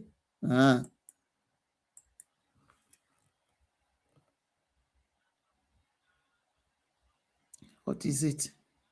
What is happening? Are you looking for a family-friendly church that Okay. welcomes kids? Here we're all about helping people learn more about Jesus Christ. Daniel. Okay, Tinubu has so helped in strengthening now this democracy is in where Okoye Anona to say that he never said so, he never said so. So let us listen to his words. He on may deny where he said it. Let us listen to him. Daniel. Tinubu has helped in strengthening democracy in Tinubu Nigeria. and his people created a militia, Daniel. Who said those Tinubu words? brought in leadership I'll ask you a third skills time. into governance. Tinubu and his people created a militia. Who said those words? Tinubu and his people never created the militias. That's So why did you say they did on January 22nd, 2023? I never said that. The candidate of All Progressives Congress, Asiwaju Bola Ahmed Tinubu, and his people created a militia. This is the first time in the history of Nigeria we are seeing a political party creating a militant arm leading to election. Does he have a militia that tried to But kill this you? is what he denied. But in your before is a truth. Because Tinubu and Buhari created this militants when they wanted to remove Goodluck from position. We know even when Tinubu won that, when Buhari won the election, people from Niger came and was dancing that they came to celebrate Buhari because they were even the people they brought in for the election. Buhari said that there will be blood, people will be soaked with blood, or how did he put it? Because of this election, they thought that Goodluck would make trouble or will use his power to resist them. They went and brought these militiants. They brought them from Niger, from Guinea, from everywhere, from all the West African countries, and brought them into Nigeria, which they are saying that it is not true. So Tinubu is part of the people that brought in terrorists in Nigeria. So Tinubu is in trouble. You are in trouble. So this is your word where you were saying it. He doesn't have. I never said he tried to kill me. I myself have received threats from him and his camp. Your words. I never said that. There is also this threat to life, and I can tell you that because I myself have received threats from Asiwaju and his camp. You said it was so corrupt, the 2023 election, Tinubu's win. You said that you couldn't eat food for 3 days. I never said that. Where? And legitimate complaints were raised all over Nigeria. That part is what threw me off balance. In fact, I became so sick. For the past 3 days, I found it very hard eating food. Tinubu is not just super rich. It's what he does with his wealth. In 2019, 2 armored money trucks, bullion vans, were seen going into his house, coming out of his house. Where did that money go? No. Point. Did you see the money? Or those who reported, did they see money inside the bullion van? Okay. Was there no money in the bullion vans? How am I to know? You said it was money in the vans at the time. I never 2023, February. But there is only one person in Nigeria who is alleged to have moved money through bullion vans, and that person is on their ballot as the presidential candidate. On the eve of the presidential elections, 2 cash-laden bullion vans, your words, were seen on the premises, which was ostensibly for vote buying. Your words, January 2022, 2023. Have you just disowned everything you've said in order to work for this president? I'm coming. What you just said now, I want to put it on record, on my own honor. That's not what I said. Last question on this. How can Nigerians take Tinubu seriously on eliminating corruption when he appoints someone like Abubakar Bagudu as Minister of Budget and Economic Planning, a man who, according to the US Justice Department, with others, embezzled, misappropriated, defrauded and extorted billions with a B from the government of Nigeria under the dictator Sani Abacha. Bagudu avoided criminal charges. He cut a deal with the Nigerian government, returned some of the money. But the president literally put Nigeria's budget in the hands of a man who's accused of looting billions of dollars. You started your introduction by saying it's a sovereign country. The decision of the court in the United States does not bind the Supreme Court of Nigeria. But he gave $163 million. And that man is now in charge of the Nigerian budget. You're okay with that? I think Do you think it's funny? I mean, two-thirds of Nigerians... You think it's funny? No, I don't. I think people who are giving $163 million back shouldn't be in charge of the country's budget. Thank you for your observation. Okay, but do you think they should be in charge of the budget? There's no evidence that that minister has misappropriated funds in the government of Nigeria. Why did he give back $163 million? So we have seen this. His word which he said, which the records are there, yet he is lying blatantly. Let us listen to this. Let's not listen to Abaribe. Okay, let's hear Abaribe. There were stateless persons that were from the Sahel region that were imported into Nigeria, and a former chairman of PDP made that statement. I'm not the person that made it. But that importation is a fact, is it? That importation is a fact. What has happened in Nigeria is that most of the time when something comes up today, we never sit back and say, how did we get to this point? We got to this point by virtue of the fact of the effort to remove President Jonathan. There had always been this herder-farmer clash, but it never got to this point where whole communities were exterminated so that some people will be roaming freely within their land, which is what happens in Plateau and in Benue State. I think Benue is the worst hit. Precisely. Yeah. And you know why? Because most of the banks of the Benue is lush because it's watered by the Benue River. And so they want, these people came and they want. And who are these people? And that's a question that we have not dealt with. The bill first said that we have to confine these people to the ranches within their states of origin. And somebody woke up and said, no, every Nigerian has a right to go around. There's no such thing like a state of origin. Why will anybody make that statement? Reason is that in trying to remove Jonathan, there were stateless persons that were from the Sahel region that were imported into Nigeria, and a former chairman of PDP made that statement. I'm not the person that made it. But that importation is a fact, is it? That importation is a fact. If you ask any Nigerian Fulani, he will tell you that there's something called the Bororo Fulani. And that Bororo Fulani are these imported ones. They don't own land. Therefore, what they want to do is to settle in Nigeria. They were given free passage, let me just say it, by the Buhari regime. And we were shouting at that time, don't bring people into Nigeria who are not Nigerians.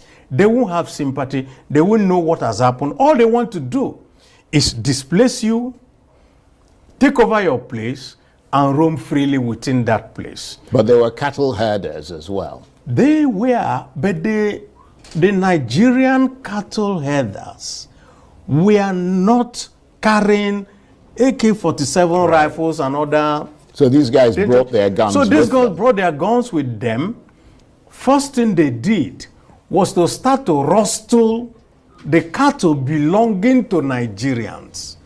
And so a Nigerian herder who loses his cattle has nowhere else to go. He becomes part of them because he is given, okay, you either join us or you got nothing. And some of them, of course, joined.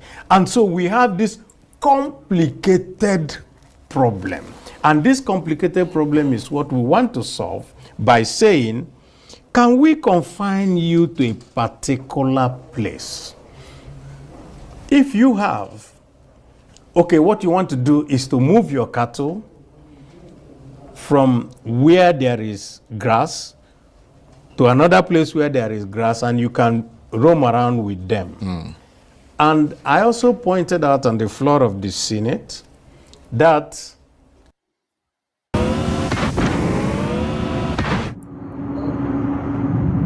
sorry about that. Governor Ganduji at a particular time said my state, Kano, has more than enough land for all the headers in Nigeria to go around with it. Chicago myself. Nobody told me I went to Chicago myself. I went to the court where Bwala Tinubu had this issue. I went to the Chicago State University. I went there, I saw the documents myself. Bwala Tinubu is a known drug lord.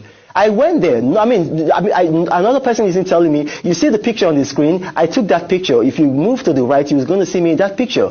Bwala Tinubu is... Well, before we come to this, Onyara and Kanekuni, Kaime go address Abaribe.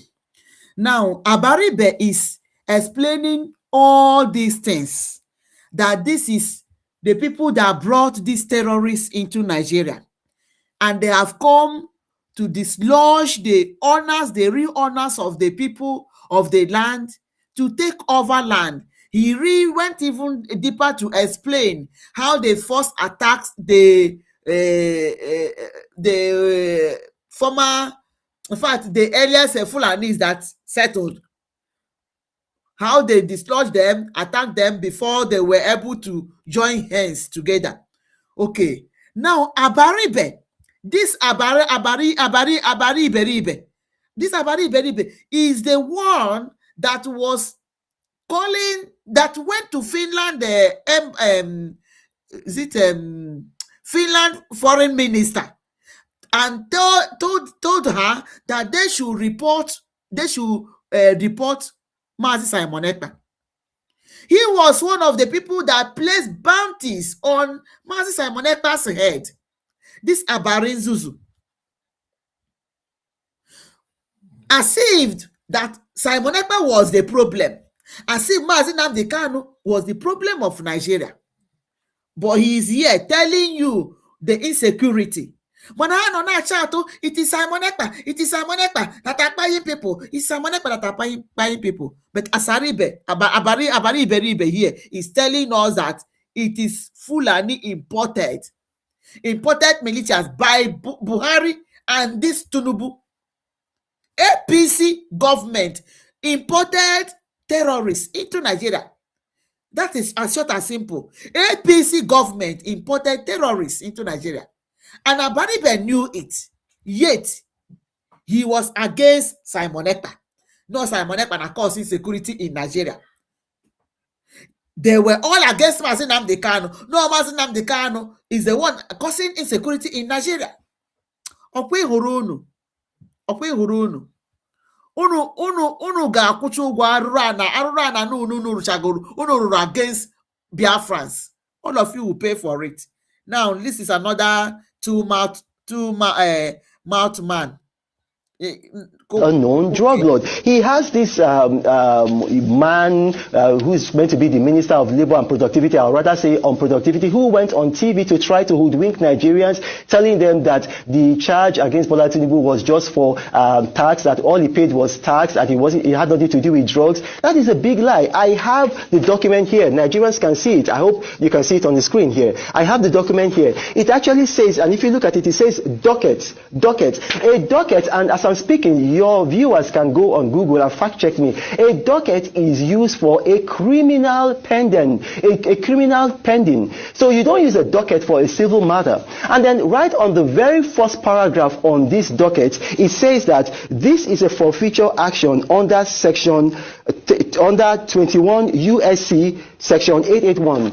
USC is the United States Criminal Code. I will state it again. USC is the United States Criminal Code. Now, if you're watching at home, you can go on Google and you can fact check me. The United States Criminal Code is Title 18, USC, United States Criminal Code. And I'm going to read what section 881 of the USC, the Criminal Code, says. Now, this is it. I'm reading it. Nigerians can see it here. This is what I'm reading. It says, the following shall be subject to forfeiture to the United States, and no property rights shall exist in them. All monies, negotiable instruments, securities, or other things of value furnished or intended to be furnished by any person in exchange for a controlled substance or listed chemical in violation of this subchapter. All proceeds traceable to such an exchange, and all monies, negotiable instruments, and securities used or intended to be used to facilitate any violation of this subchapter. The word used there is controlled substances. Now, for Nigerians who may not understand this, a controlled substance are what they call narcotics, hard drugs. In this case, it was white heroin. Bwala Tinubu was involved in a white heroin cartel. We know, and he was the treasurer of that cartel. And then he put some monies into an account. He was working for Mobile. And as he was working for Mobile, his salary was $2,400. Yet he paid in a total of $1.4 million into several accounts. Now, he was asked to explain how he got those monies. He could not explain how he got those monies. So one of those accounts, the money's in there, $460,000, it was forfeited to the United States. Wie funktioniert Trading mit 30 Minuten am Tag? Das erkläre ich in den nächsten 30 Sekunden. Der klassische Investor kauft ein... So, it was forfeited. That is what this man was telling him, that you said that Tinubu forfeited money as a kind of bribe or sin always. But this was when he has not been with them. So Tinubu forfeited how many billions because of his criminal act? Yet all these people, they are now coming to the media to say opposite of what they did not say. Now, Tinubu is calling Nigerians to come and invest. To come and invest in Nigeria. They say that they should tell people abroad, people in diaspora, that they should come and invest. Now, ndị mere invest in me, how far? How far for the people that invested?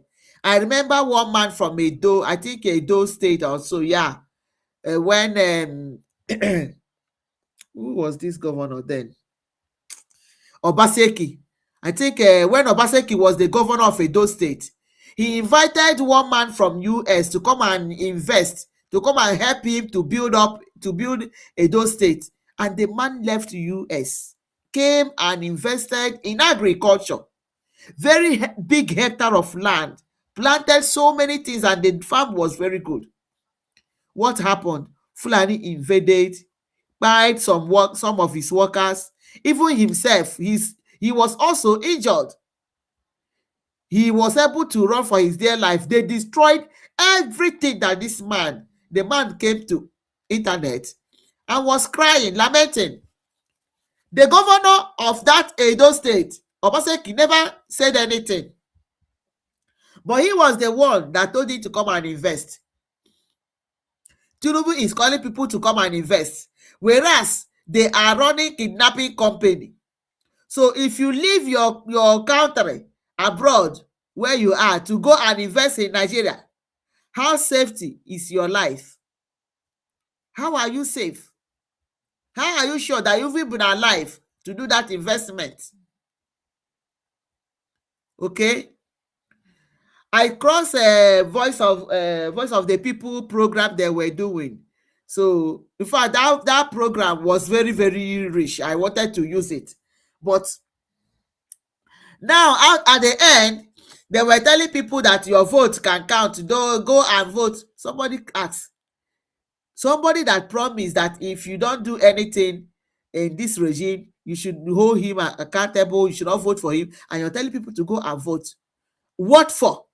And somebody said that they have equipped terrorists with uniform, that during next year election, they will be the people that will be parading. So anything, there will be a lot of buying. So why we are saying this is that Makununwa and that your vote can count when you know that your vote cannot count.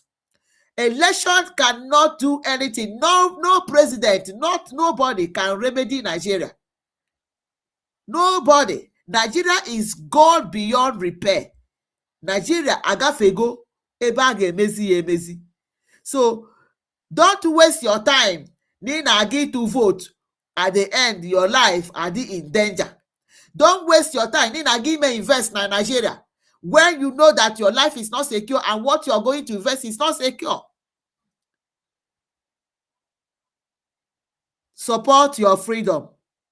support your freedom, so that when we get our nation, and protect our place with every amount of security. Israel is fighting to protect their people.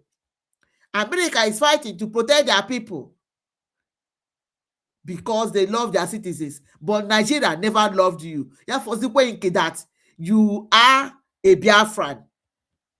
So anything you're doing, trying to please Nigeria, trying to keep one Nigeria one, you are wasting your time because you are not recognized and you are not valued. So you better support a country that will value you, which is your own country. You better support a country that will know that you are living, that will support your existence, that will help you to make life good for you, and not this kind of liars that are telling you that they have brought people from villages to the city and put them in good schools. No. Support your freedom. Support your freedom so that we not be like these people. Let me show us why it is very, very important that we support our freedom. We can't continue to be in this kind of a mess. Nigeria is gone. Look at what is happening. Just let me start here. See, look at it. Let me come. We can't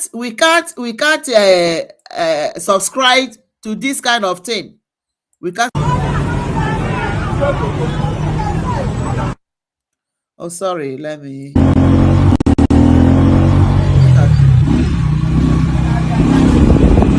Look at what terrorists.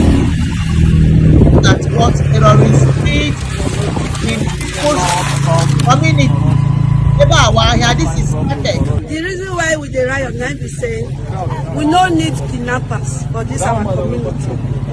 They don't kill us, tired. They don't collect our money. We ask where we get, we don't be tenants. We don't sickness everywhere. No money, no market, nothing. Kidnappers don't do us. So now make us come out, we women of our chief say we don't need any kidnapper.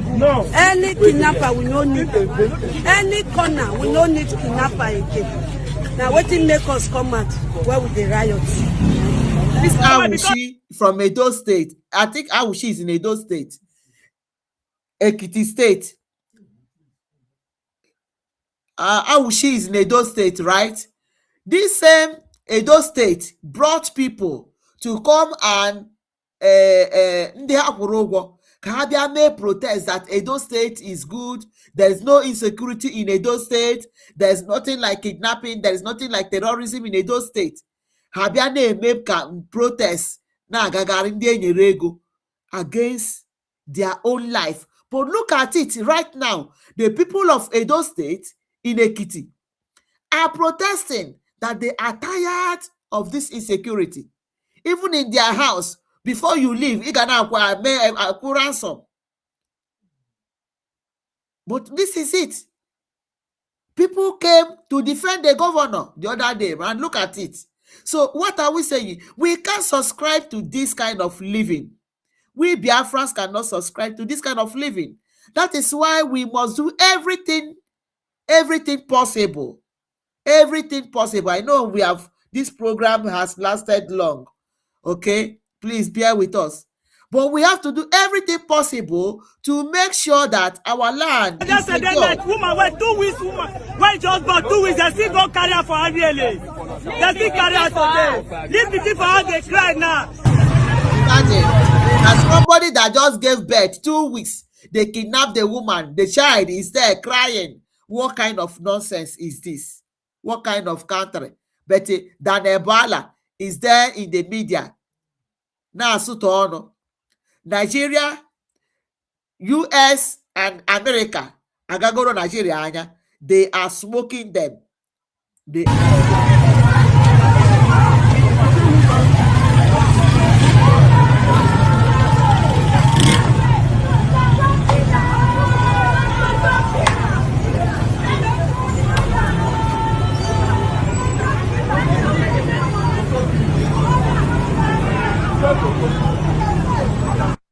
You see how they burnt their place, burnt their houses, burnt their markets. That is what they have been doing this thing for us. Hada hewere tokuna jet. Na aga n'ahịa ndị na Biafra land na-atụ bomb. Okay? And it has been proven that Iran terrorists are in Nigeria. And not to America na-achụ ha, Israel na-achụ ha, even the same Arab nations na-achụkwa ha. Nigeria is their hidden place because they know that Nigeria is supporting them. They know that Nigeria is supporting them, so they will come into Nigeria to come and hide. So more insecurity in Nigeria. Please, that is why we have to support our freedom. That is why we should support our freedom. Okay? That is why we should do fast. We should not say that no matter how it doesn't concern me. There's a lot of sabotage.